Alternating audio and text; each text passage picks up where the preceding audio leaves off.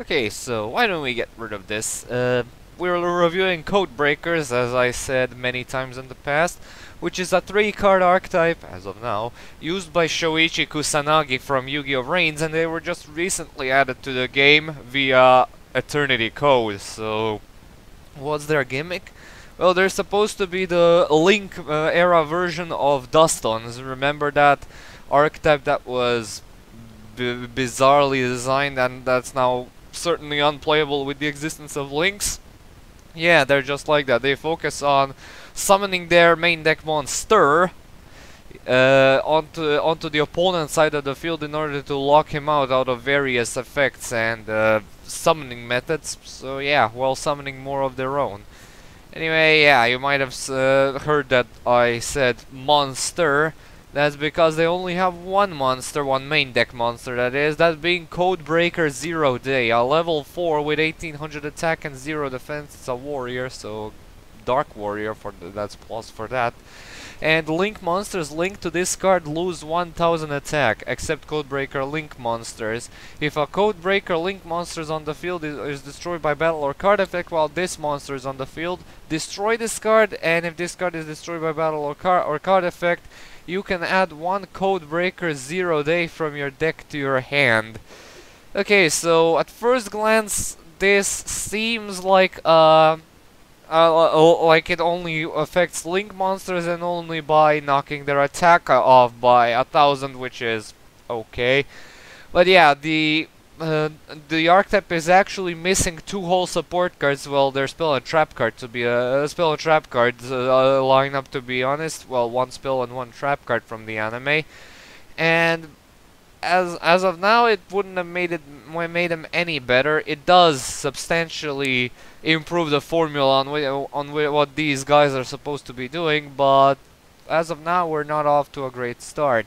Let's move on to their extra deck, starting with their first Link monster, that being Codebreaker Virus Swordsman. It's another, it's a Link 2, sorry. Points up and down, 2300 attack, requires 2 effect monsters as material.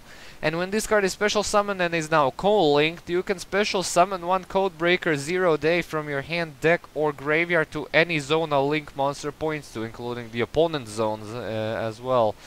And during the end phase, if this card is in the graveyard because it was destroyed by an opponent's card effect and sent there this turn, you can special summon this card but banish it when it leaves the field. You can only use each effect of Codebreaker Virus Swordsman once per turn. Now this part of the effect, well, this effect in general is something that I would actually consider very good when it comes to building an extra Link variant out of these, but again, this is a 3-card archetype with 2 Link monsters and 1 main deck monster, so the options here when we consider it are extremely limited, but I guess they're there. You could have that kind of philosophy with you, but yeah.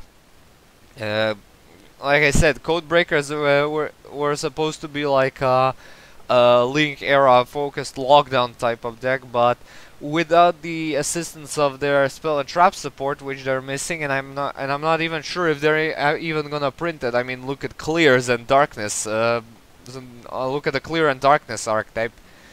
Yeah, I know, but yeah, that's kind of the main faults I have with him. But anyway, let's move on to their final monster, Codebreaker Virus Berserker.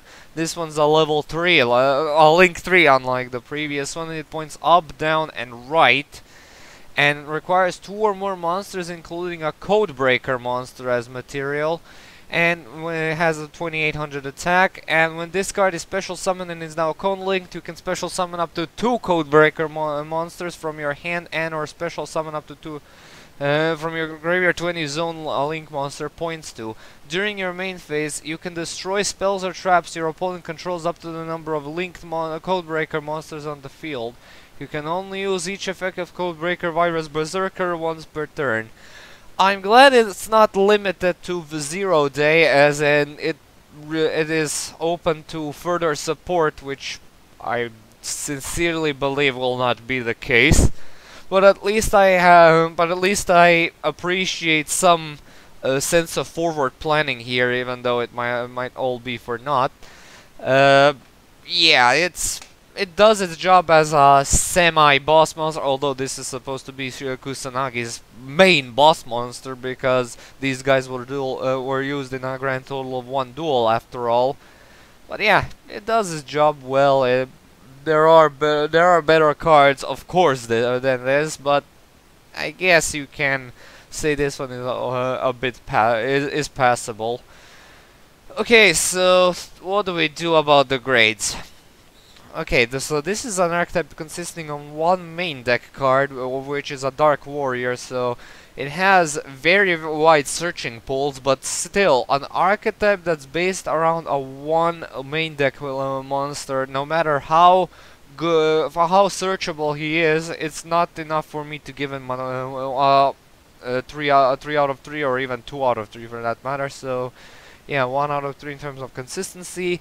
Their power output is only present in Virus Berserker. Hell, Codebreaker Virus Swordsman actually has very good stats for a Link 2 monster, and its summoning requirements are very generic to affect monsters.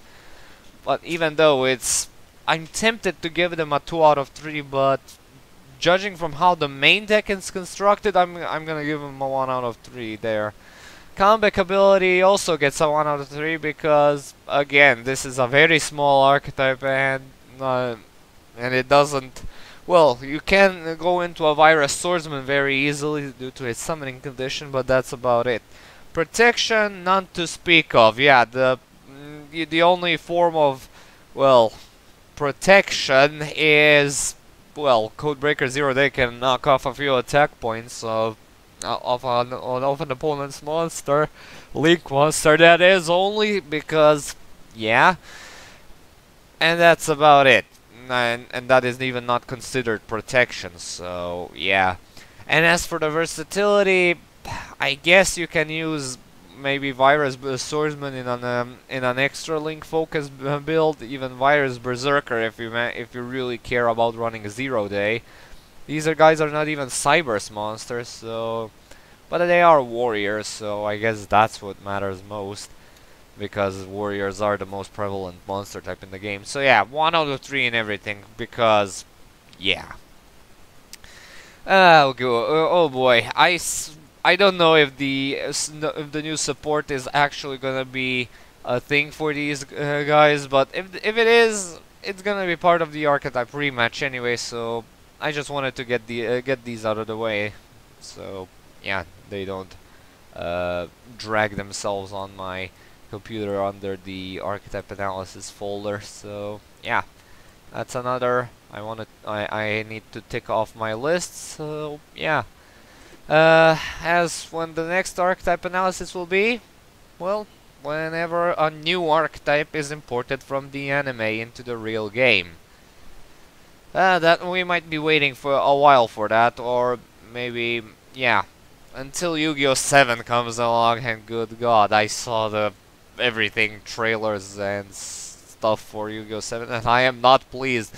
I am not pleased at all. The thing that I predicted was gonna happen, like, when 5Ds was like the pinnacle of Yu-Gi-Oh! Creation, the best out of the bunch, then Yu-Gi-Oh! Zexal came along, which was the gutter hole of the gutter holes. That's exactly what happened here. Reigns is the best of the bunch, and now Yu-Gi-Oh! 7s comes along, and it's the repeat of what happened in the transition from 5Ds to Zexal.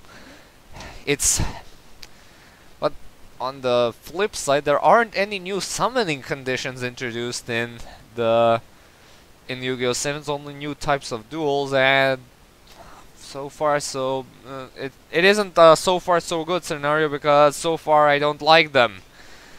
Oh boy, it's gonna be a train wreck, isn't it? Well, only time will tell. Until the next archetype analysis or archetype rematch, whatever comes first.